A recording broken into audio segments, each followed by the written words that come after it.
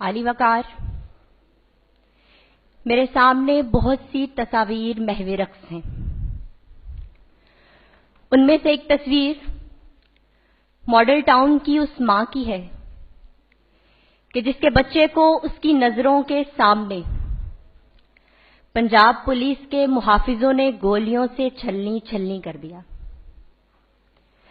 ظلم کی یہ تصویر مجھ سے سوال کرتی ہے کہ تم خلفائے راشدین کے جانشین ہونے کا دعویٰ کرتے ہو تو دلاؤ عدل عمر میرے بچے کی لاش کو۔ تم دنیا کی چھٹی بڑی فوج کے حامل ہونے کا دعویٰ کرتے ہو تو دلاؤ انصاف گلشن کے کونے کونے میں دہشت گردی کا شکار ہونے والے کے لواحقین کو۔ تم مدینہ کی اسلامی ریاست کے وارث ہونے کا دعویٰ کرتے ہو تو دلاؤ خیبر سے کراچی تک ظلم کے شکار لوگوں کو انصاف۔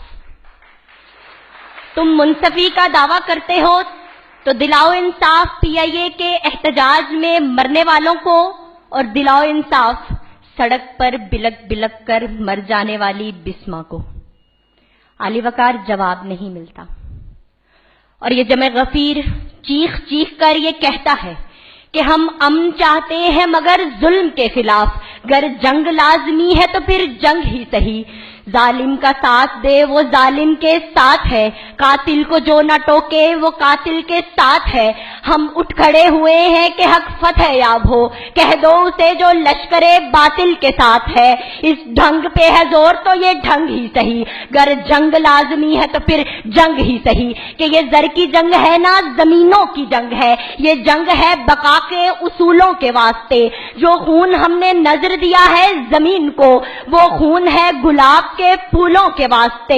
پھوٹے گی صبح ہم لہو رنگ ہی صحیح، گر جنگ لازمی ہے تو پھر جنگ ہی صحیح۔ کیا علی وقار منصف انصاف کی زبان بولتا ہے، اور جہاں انصاف بولتا ہے وہاں مخلوق خدا خاموش رہتی ہے۔ وہاں ماتم کدے نہیں ہوتے، وہاں احتجاج کے طوفان نہیں اٹھتے، وہاں لوگ سڑکوں پر نہیں آتے۔ مگر ذی وقار جہاں رہبر رہزن بن جائیں، جہاں محافظ لٹیرے بن جائیں، جہاں لاہور کے جمخانہ کلب میں روایتی شراب پیش کی جائے اور علی وقار موٹر وے پر سستی شراب والوں پر قانون کی چودراہٹ دکھائی جائے، جہاں پر رئیسوں کے اربوں کے قرضے معاف کر دیے جائیں اور غریب کی موٹر سائیکل قسط کی عدم ادائیگی پر ضبط کر لی جائے۔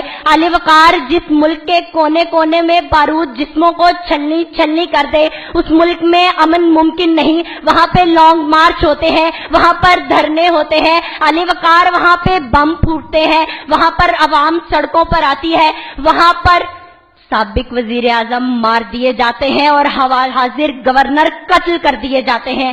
علی وقار اس ملک کے بچوں کے ہاتھوں میں قلم نہیں ہتھیار ہوتے ہیں کہ تجھے اب کس لیے شکوا ہے، بچے گھر نہیں رہتے، جو پتے زرد ہو جائیں وہ پیڑوں پر نہیں رہتے۔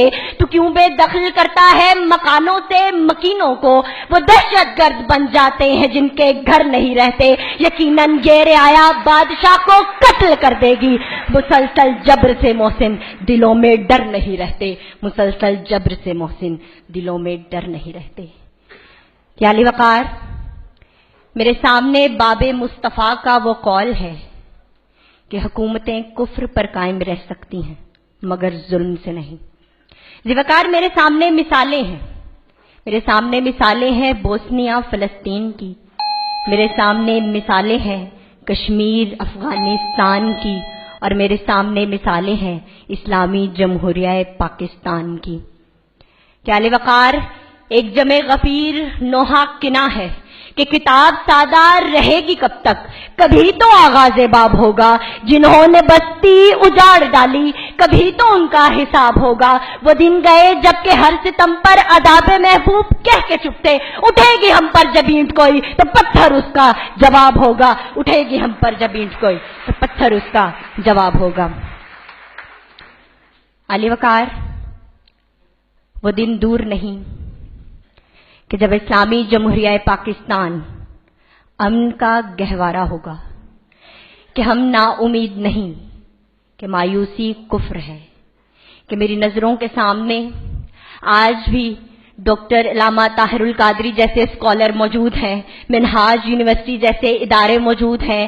میری اس سوچ کو آپ اس بات سے ثابت کر سکتے ہیں کہ آج اس ایوان میں آپ اور میں موجود ہیں، اور میری فوج کا سپہ سالار جنرل رحیل شریف جیسا بہادر سپوت ہے۔ مگر اعلی وقار، آسمان جلتی زمین پر نہیں آنے والا، اب کوئی اور پیغمبر نہیں آنے والا۔ پیاس کہتی ہے کہ ریت نچوڑی جائے، اپنے حصے میں سمندر نہیں آنے والا۔ تو پکارے گا تو اے صحنے حرم آئیں گے، پر اڑاتے ہوئے نصرت کے علم آئیں گے۔ اب ابابیلوں کی مانند ہم آئیں گے، یہ الگ بات کہ تعداد میں کم آئیں گے، یہ الگ بات کہ تعداد میں کم آئیں گے۔ آپ کی سماعتوں کا بہت بہت شکریہ۔